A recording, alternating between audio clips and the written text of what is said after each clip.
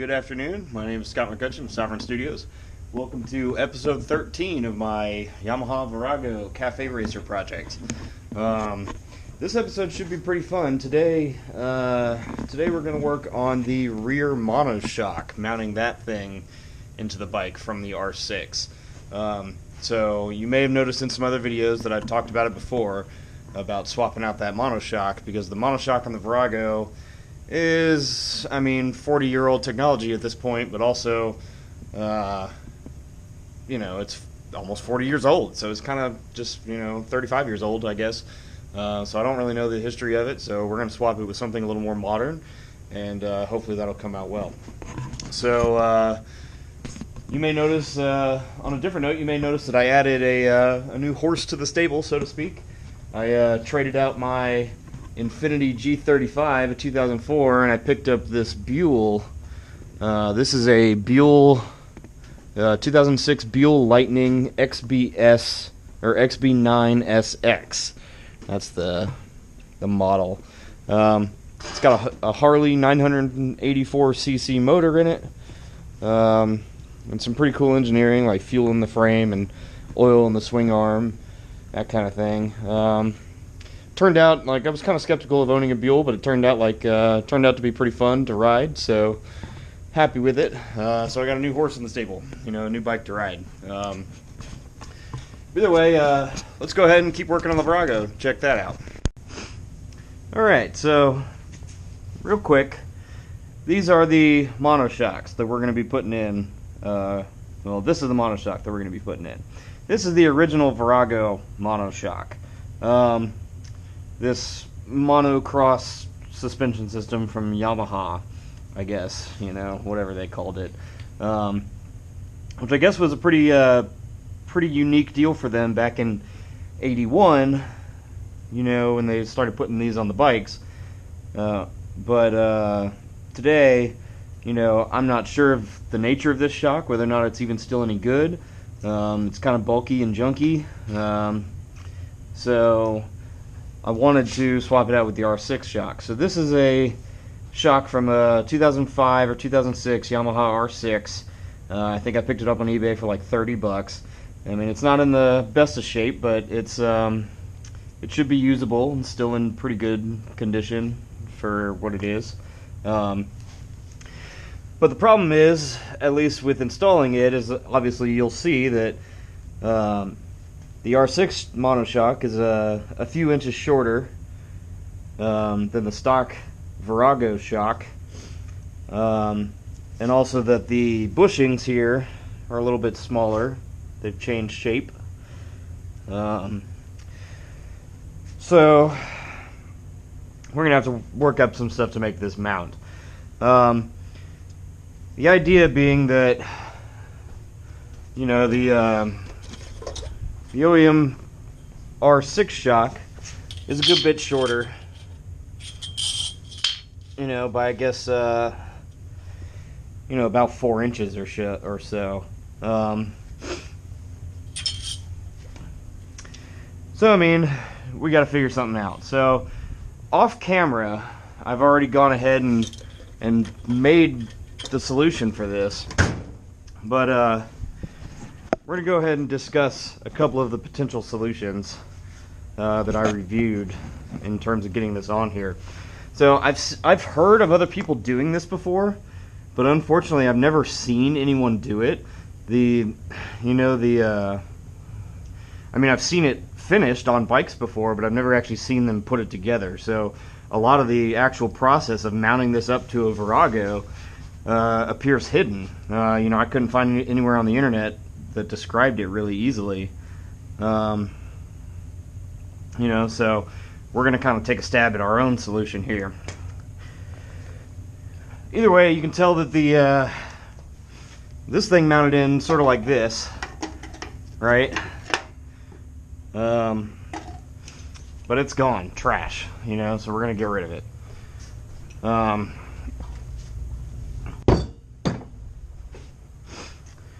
So the trick with the R6 shock is going to be, that basically we're going to want to mount it in like this, so that this piece is near the base, and this is the bottom end of the shock. This is the top. So we're going to mount it in kind of like this. You'll see already that we've got a little bit of space in between here that we're going to have to space out, probably with washers of some sort. But then you'll also see that we're missing a good 4 to 6 inches, 4 to 5 inches before we can mount it. So I've seen some people do some interesting things with this. The majority of people that I see install one of these shocks, what they do is they weld a piece of metal right here, and then they use the stock R6 fork clamp there. I don't know what to call it. I guess mounting bracket for the top shock. They weld a bracket into the frame, just like a plate of metal across, and then they mount the bracket in there. So that's pretty much the solution I've seen here. Pretty much the only solution I've seen to installing this. I wasn't quite ready to weld into the frame, so I've created this. It's kind of ugly, but I think it's going to do the trick. And basically what it is I found the mount point for the stock R6 shock, drilled a hole into this piece of metal, and then welded it all together in place so that it'll stay. And then basically welded a little house-shaped bracket on top, a little bit of structural rigidity back here. And the idea between this little arrow looking piece is going to be that we're going to slide it in right here, after which we can slide the bolt back in. And then here's my shock mounting point. So this is where I end up mounting the shock. I did this so that I wouldn't have to weld directly into the frame, and now in the event that this is wrong or it doesn't work so well or something like that, I should be able to either recreate another one of these to re-engineer another one of these to work better, or potentially replace this with something else, you know, something like that. So I think this is actually going to end up working out pretty well. But you know, we're gonna have to actually try it out and find out. So you can see that once we're here, you know, this should actually work pretty well in terms of actually mounting it in place. So let's go ahead and see what we can do about getting it together. So there's going to be a little trick with this about installing this guy, and that trick is that the shock is going to have to be mounted into the bracket before you can install it up here. The reason for that is obviously because once you put the shock in place, you're not going to be able to get the bolt into this little area.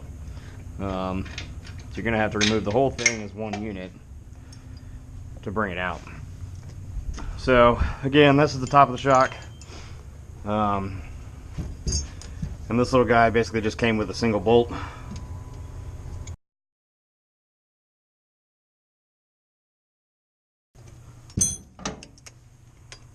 And it's got a little play in it, which I guess is supposed to be normal. But that's that, right?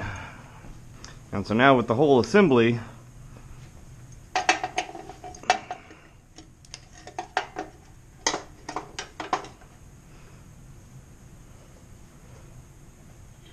you know, now we can slide the whole thing in place.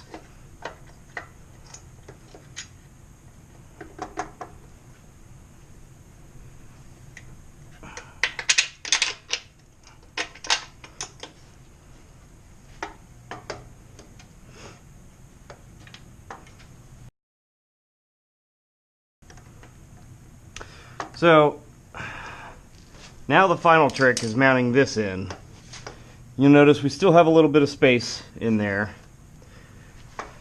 but the trick is really going to be that we need to slide this pin in place, but this pin doesn't fit into that washer, so we need to space this out.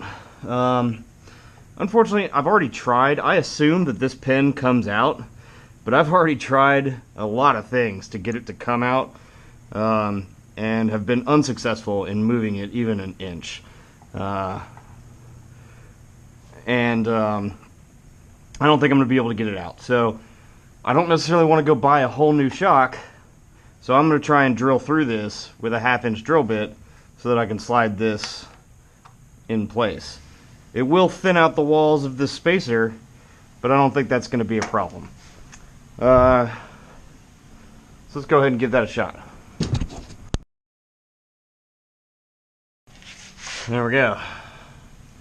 Not pretty, but it should work.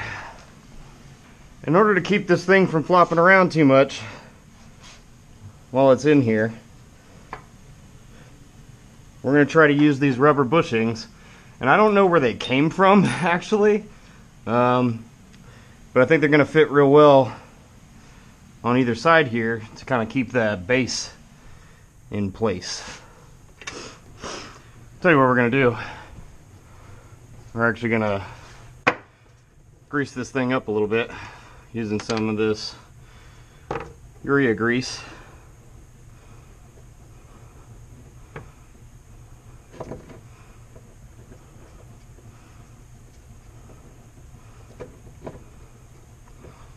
Just so that it slides in a little bit easier.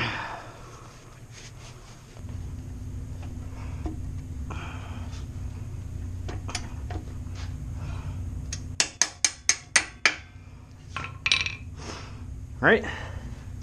Just like that.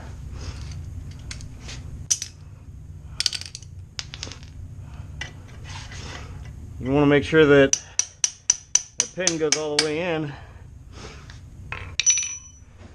And then you'll see we have a little hole there to put a cotter pin in, so we can make sure that that thing don't go nowhere.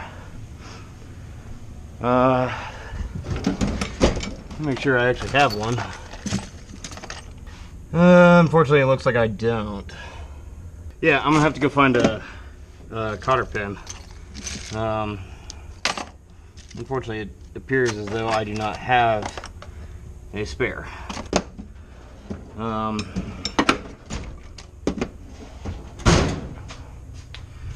Either way, I mean, that's pretty much it. Not much to it, so this is going to be a short video. New shock. Again, don't forget the cotter pin. I'm not going to do it right now because I don't have one, but you will need to get it in there. Otherwise, I feel like this is going to be a pretty good deal. Yeah, I think it's good. Rear monoshock. Not too shabby, right? Okay, well, hopefully you enjoyed watching me put together the Yamaha Virago monoshock here from the R6. If you enjoyed it, be sure to hit like, subscribe, do the thing. Maybe check out my game on Steam, Ethereal Legends. And I guess we'll see you for the next episode, 14, which should be lots of fun. So stay tuned. Thanks.